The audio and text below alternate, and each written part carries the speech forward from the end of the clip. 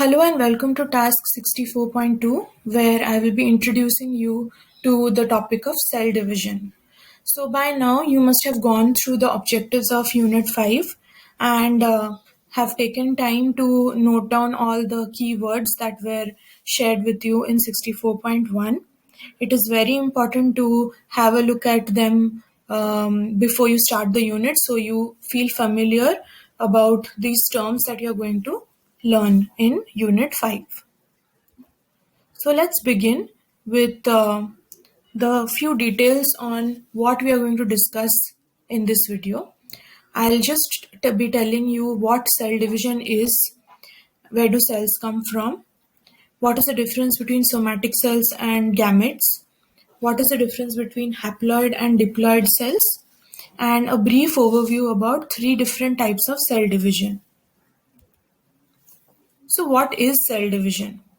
From the name itself, you can tell that this is about how one cell divides into two, and therefore we also formally in academic language say that cell division is a process in which one cell, which is called the parent cell, divides to form two new cells, which are called the daughter cells. Now the question is how it will happen in prokaryotes or eukaryotes. In Unit 1, we studied about some structural differences between prokaryotic cells and eukaryotic cells. So we will be also briefly looking at how cell division differs in both of them. But first of all, where do cells come from? Again, in Unit 1, we had studied about something called the cell theory. So what we learned from the cell theory is that every cell uh, grows or emerges from pre-existing cells. So if there is one cell, it will divide into two, and these two cells will further divide individually to form four cells, and so on. So from the cell theory, we know that no matter what the cell is, all cells will come from pre-existing cell by the process of cell division. Cells may be as simple as a bacteria or as complex and well compartmentalized like a muscle cell, bone cell, or blood cell in a eukaryotic organism. Cell may comprise the whole organism or be just one of the trillions of cells that a multicellular organism has. Now, you consist of a great many cells, but like all other organisms, you started life as a single cell, that is a zygote. How did you develop from a single cell to organisms with trillions of cells? The answer is cell division. So after cells grow to their maximum size, they divide into two new cells.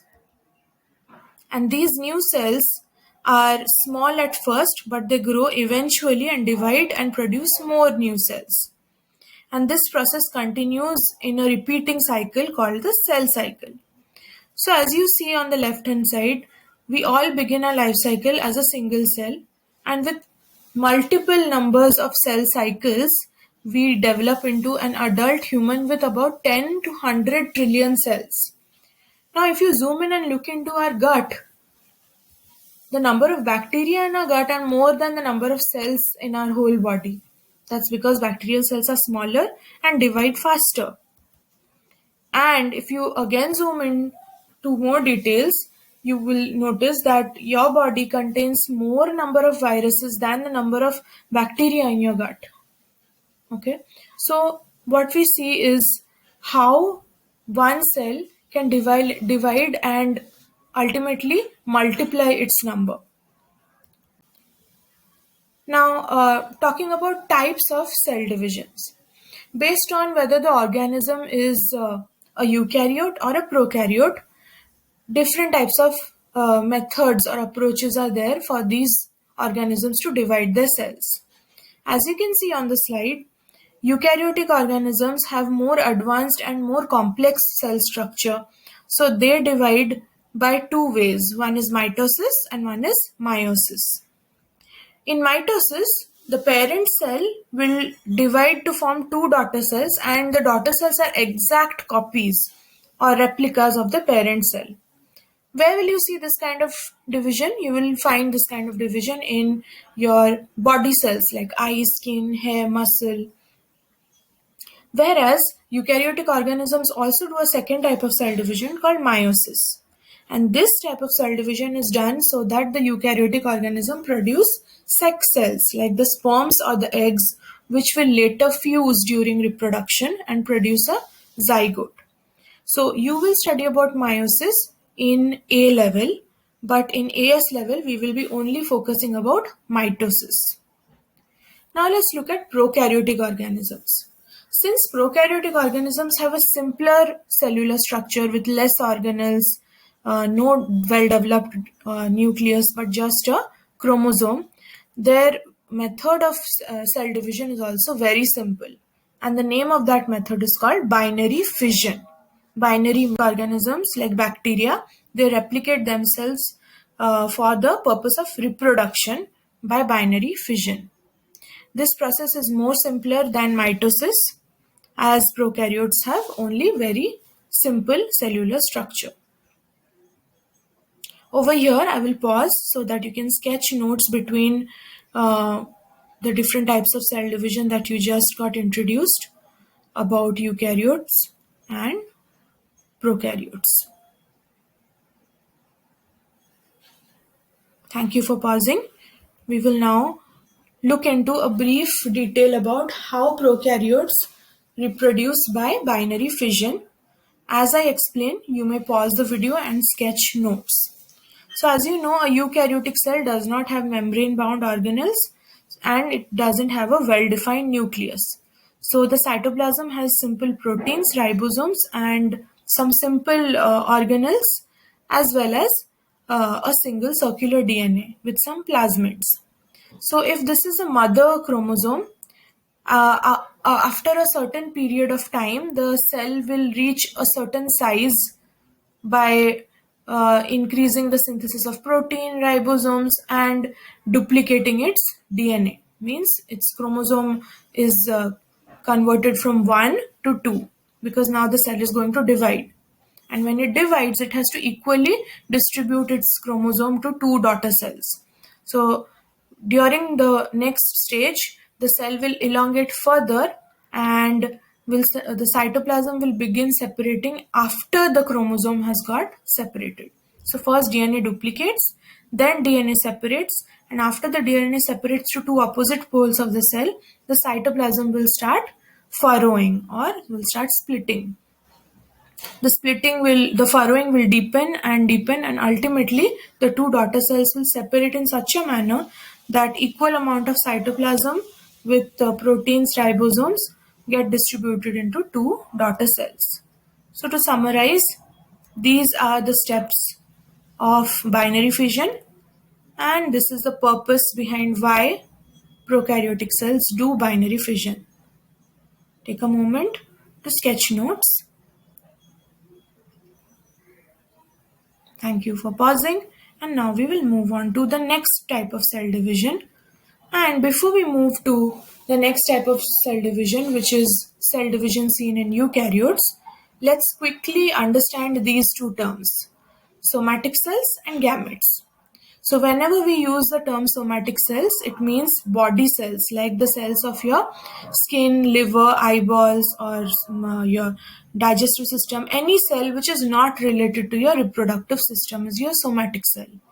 On the other hand, gametes are sex cells like the egg cells, sperm cells, cells lining ovary, testes. These cells are called the germ cells or gametes. So this is the ovary. Cells lining this ovary would be germ cells because later they are going to develop into egg cells or ova. This is a testis in case of males, and the inner lining of testis also has lots and lots of germ cells which have the ability to get converted into sperm cells in the future. So any cells lining the reproductive glands or organs are called the germ cells because they have the potential to become a sperm or an egg in the future. The other word for gametes are germline cells. Another couple of terms that you need to be aware of before learning about eukaryotic cell division, that is diploid and haploid. So what is the meaning of a diploid cell and a haploid cell? If you look at this diagram, you will notice that the cell which is labeled as 2n has two chromosomes. Both look alike, but one is blue and one is red. This means that this cell has inherited the same chromosome in two copies. This cell has inherited paternal and maternal chromosomes, but both the chromosomes are the same. So the same chromosome is in two sets. What is a haploid cell? A haploid cell will always have a single set of chromosome. Okay. Another example of a haploid set is in this diagram below, where you can see that this cell possesses one chromosome that is green, one is blue, and one is the red one. Whereas a diploid cell will have two copies of each of these chromosomes. So N represents the single set. Here in our second example, the single set N is 3. So the haploid cell will have a chromosome number 3, or number of chromosomes that is 3, whereas the diploid cell will have 6 chromosomes, and each chromosome has a pair, has a copy. So how will you define haploid and diploid? A haploid cell will have only one copy of the genetic material divided into chromosomes, and this kind of cells is mostly found in the gametes. Not in the gametes, but your gametes are actually haploid, whereas your body cells or somatic cells are always diploid. So if you consider cells from your skin, your stomach, or your throat, or if any cell from your digestive system, they all are diploid cells. But cells from your reproductive system, that is cells from your ovary, and sperm cells, egg cells, these are all haploid. Now, with the knowledge of these two terms, you will be introduced to the first type of eukaryotic cell division, that is mitosis. If you look at this diagram, you will see that during mitosis, the parent cell first duplicates its DNA, and when it duplicates its DNA, the duplicated DNA will look like this. That is, if the parent cell has two chromosomes, first it will duplicate its chromosome into 4, but the 4 DNA molecules will still remain as pairs. And then in the next step, they enter a phase called mitotic cell division. Before this is still a preparatory phase. The cell is preparing for mitosis. In actual mitosis, these chromosomes will separate. So basically, mitosis is a nucleus division. First, the chromosomes in the nucleus will divide, and then the cytoplasm will divide.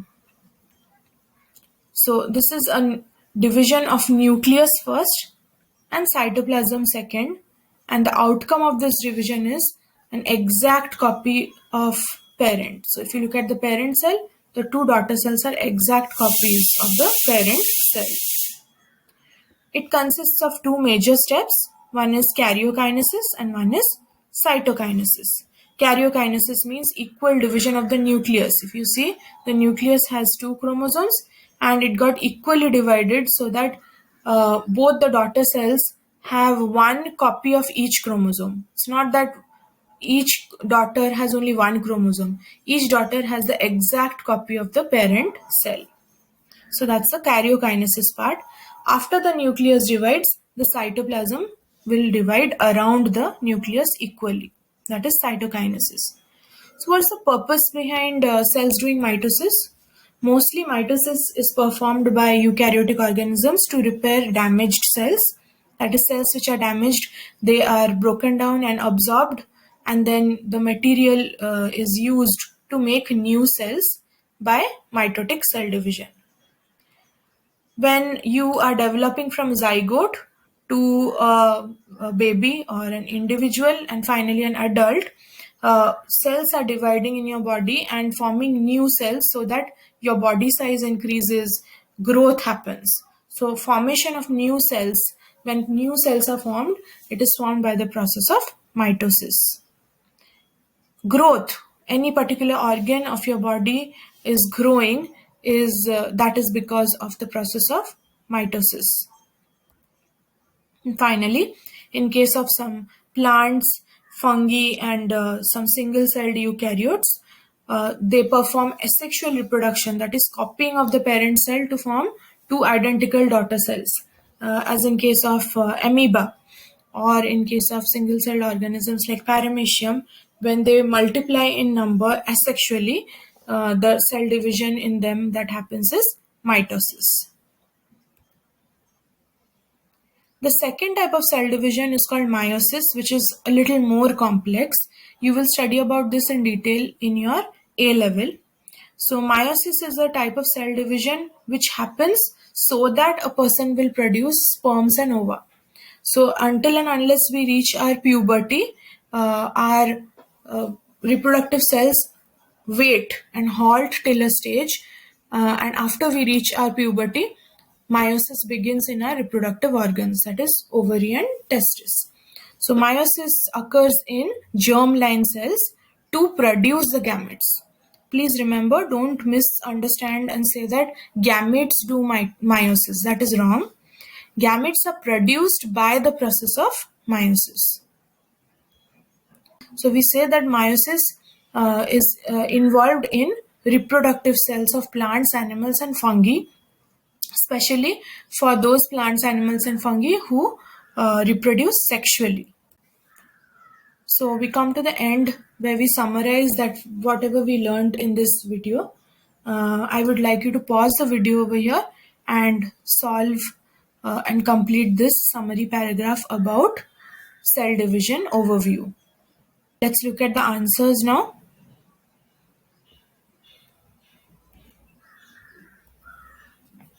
So cells arise from pre-existing cell. First step in all cell division is nucleus to divide. Then the cytoplasm divides around the daughter nuclei. Cell division is simpler in prokaryotes than eukaryotes. Prokaryotic cells have single circular chromosome, no nucleus, and few cell structure. But eukaryotic cells have multiple chromosomes contained within a nucleus and many other organelles. All of these cell parts must be duplicated and then separated when the cell divides. That's all for introduction of what cell division is. Make sure you share your learning reflections, questions if any, after this video, and reply them on the post. Thank you.